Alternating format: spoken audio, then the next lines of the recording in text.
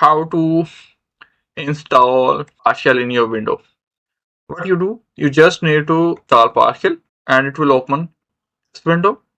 You have to click install PowerShell on Windows because I'm using Windows currently. That's why I click on installing PowerShell using Windows. So there are so many methods to install the Azure PowerShell, but one of the easiest method to install the PowerShell is through MSI package. So I will go for that. Click on that. So I will go for this package. So now the installation complete. Now we just write install. If you're installing it first time, it may take 3 to 10 minutes. You don't need to turn off the window. You don't need to turn off your connection. It is working on installing the modules, and in a bit it will install all the modules. It's installing the module and it's asking me either I will trust the repository or not. So we have 3 to 4 commands. For example, if we wanna proceed forward, we will say yes. Proceed with A, then we will say yes to all. If we don't want to proceed with that, then we will say no. And if L, not at all, and suspend, we will say S.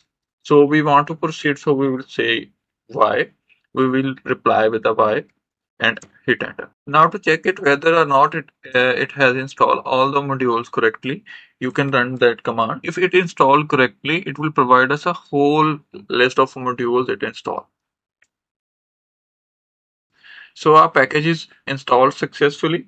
Now we have to proceed forward to connect our Azure account with it. For clearing the screen, you just use clear host, and it will clear the screen. Or you can use its short form CLS. So first of all, we write how to connect it. So the authentication process completed successfully. Now I can proceed. Now it is showing me my default depository.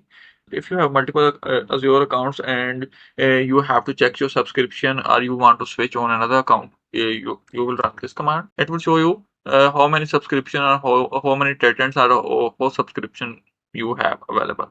I have only one subscription available on this account because this is my personal account.